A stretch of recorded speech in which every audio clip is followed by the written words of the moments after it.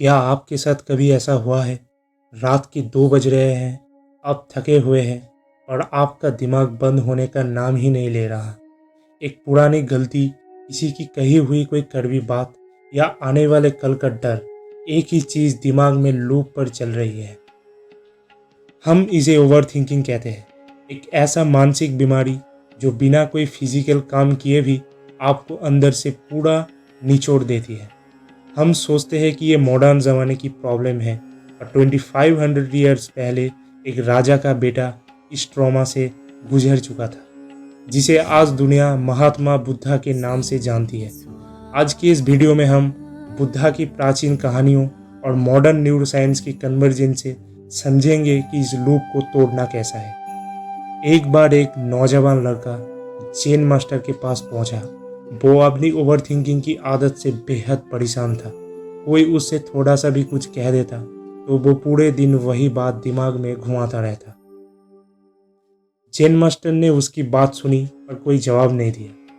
वो अंदर गए और एक मिट्टी की ग्लास में पानी भर कर लाए। उन्होंने ग्लास को हाथ में पकड़ा और लड़के से पूछा, बताओ इस ग्लास का वजन कितना होगा। लड़के ने कहा, बहुत ही कम मास्टर।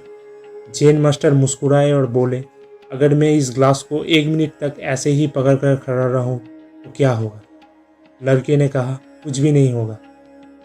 मास्टर ने फिर पूछा, अगर मैं इसे 1 घंटे तक लगातार पकड़ कर रहूं तो। लड़के ने सीरियस होते हुए कहा, आपके हाथ में दर्द शुरू हो जाएगा। मास्टर ने आखिरी सवाल किया, अगर मैं इसे पूरे दिन ऐसे ही पकड़ कर खड़ा रहूं तब। लड़के ने कहा, तब तो आपका हाथ सुन्न हो जाएगा। मसल में इतना दर्द होगा कि आपके हाथ पैरालाइज भी हो सकता है। जेन मास्टर ने लड़के की तरफ देखा और कहा, बिल्कुल सही। और हमारे दिमाग की परेशानियां भी कुछ ऐसा ही है। अगर तुम किसी बात को 1 मिनट सोचोगे, सब नॉर्मल लगेगा। अगर तुम उसे 1 घंटा सोचोगे तो दर्द शुरू होगा। और अगर तुम उसे पूरे दिन दिमाग में पकड़ कर रखोगे तो तुम मानसिक रूप से अपाहिज हो जाओगे। तुम पागल होने लगोगे। उन्होंने लड़के के कंधे पर हाथ रखा और कहा, गलती से सीखना ज़रूरी है, और उसे पकड़कर बैठे रहना उस ग्लास की तरह है। अगर दर्द से बचना है तो ग्लास को नीचे रखना ही होगा, यानी थॉट्स को लेट गो करना ही होगा। बुद्धिस्ट साइकोलॉजी में ओवरथिंकिंग करने वाला दिमाग को कपीचिता यानी मन की माहिन कहा गया है। एक ऐसा बंदर जो चैन से नहीं बैठ सकता, जो कभी पास्ट की ब्रांच पर कूदता है तो कभी फ्यूचर के डर पर चिल्लाता है। बुद्धा ने समझाया कि लाइफ में हमें हमेशा 2 तीर यानी 2 एरोस लगते हैं। पहला तीर, रियल लाइफ का शौक। किसी ने बुरा बोल दिया, जॉब चली गई या कोई फेल हो गया। ये फिजिकल रियलिटी है जिसे बदला नहीं जा सकता। दूसरा तीर, ये है ओवर थिंकिंग।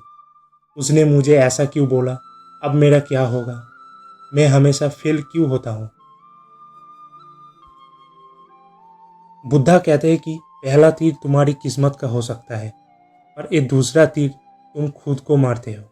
ओवर थिंकिंग असल में एक सेल्फ इन्फ्लिक्टेड वुंड है, और इस तीर को निकालने का तरीका उन्होंने बताया। विपासना यानी चीज़ों को वैसे ही देखना जैसे वो है, बिना कोई एक्स्ट्रा स्टोरी बनाए। अब बात करते हैं मॉडर्न साइंस की, क्योंकि जो बात बुद्धा ने 2500 साल पहले कही थी, आज न्यूरोसाइंस उसे MFRI स्कैन के ज़रिए प्रूव कर रहा है। जब आप शांति से बैठते हैं या सोने की कोशिश करते हैं, तब आपका ब्रेन स्विच ऑफ नहीं होता, बल्कि दिमाग का एक पुराना नेटवर्क एक्टिव हो जाता है, जिसे neuroscientist default mode network DMN कहते हैं। इस DMN को आप दिमाग का ईगो सेंटर या ओवरथिंकिंग लूप कह सकते हैं। जब आपका DMN हाइपर एक्टिव होता है तो यही दिमाग की मैक्सिमम एनर्जी और ग्लूकोज कंज्यूम करने लगता है।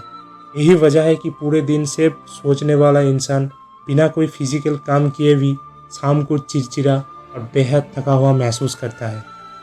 साइंस कहते हैं कि ओवर थिंकिंग करने से आपका एमागडेला, जो ब्रेन का एक फेयर और स्ट्रेस सेंटर है, बड़ा साइज का हो जाता है, जिससे आपको हर छोटी बात पर पैनिक होने लगता है। तो इस DMN के लूप को इस मन की माइंड को शांत कैसे करें। इसका जवाब हार्वर्ड की न्यूरोसाइंटिस्ट डॉक्टर सारा लजार की रिसर्च में मिलता है। उन्होंने देखा कि जब कोई इंसान माइंडफुलनेस या मेडिटेशन करता है तो दिमाग का एक दूसरा सिस्टम एक्टिव होता है, task positive network TPN। TMN और TPN एक झूले की तरह है, दोनों एक साथ एक्टिव नहीं हो सकते। जब आप बुद्धा के बताए रास्ते पर चलकर अपने सांस पर या बॉडी के फिजिकल सेंसेशन पर ध्यान लगाते हैं तो आपका TPN ऑटोमेटिक ऑन हो जाता है, और जैसे ही TPN ऑन होता है ओवर थिंकिंग करने वाला DMN ऑटोमेटिक शट डाउन हो जाता है। ये एक ब्रेन का स्ट्रक्चरल हैकिंग है। इस पूरी रिसर्च और विजडम को हम 3 प्रैक्टिकल स्टेप में बदलेंगे, जिसे आप आज से ही अप्लाई कर सकते हैं।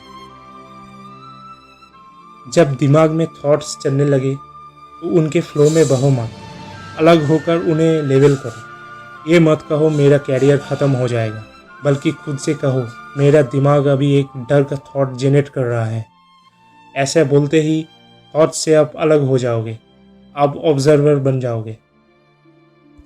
दूसरा, जैसे ही कोई नेगेटिव थॉट्स आपको परेशान करें, अपने दिमाग से एक सीधा सवाल पूछो, क्या ये डर रियल है? क्या ये सच में अभी हो रही है? 99% टाइम आपका जवाब होगा नहीं, ये सिर्फ एक खाली ख्याल है, एक पासिंग क्लाउड है। ओवर थिंकिंग का सबसे बड़ा दुश्मन है एक्शन। अगर किसी प्रोजेक्ट के बारे में ओवर थिंकिंग कर रहे हो तो दिमाग से लड़ना बंद करो, बस उठो और अगले 5 मिनट के लिए उस काम के सबसे छोटा स्टेप पूरा करो। जब आप एक्शन लेते हो तो फिजिकल बॉडी इन्वॉल्वमेंट की वजह से ब्रेन का TPN नेटवर्क ट्रिगर होता है और ओवर थिंकिंग का लूप तुरंत ब्रेक हो जाता है। बुद्धा ने एक बार अपने शिष्य आनंद से कहा था, जब नहर का पानी गंदा हो जाए तो उसे साफ करने के लिए उसमें कूदना नहीं पड़ता, बस शांति से बहना पड़ता है। कीचड़ अपने आप ही बैठ जाता है और पानी साफ हो जाता है। आपका दिमाग भी उसी नहर की तरह है। जब थॉट्स का कीचड़ बढ़ जाए तो उसे सोच सोच कर गंदा मत करो। दिमाग को थोड़ा वक्त दो, एक्शन में बाजी मारो और ध्यान को सांस पर ले आओ। कीचड़ अपने आप बैठ जाएगा और शांति खुद ब खुद लौट आएगी। ग्लास को नीचे रखना सीखो और अपनी लाइफ का कंट्रोल अपने हाथ में लो। Stay present, stay mindful.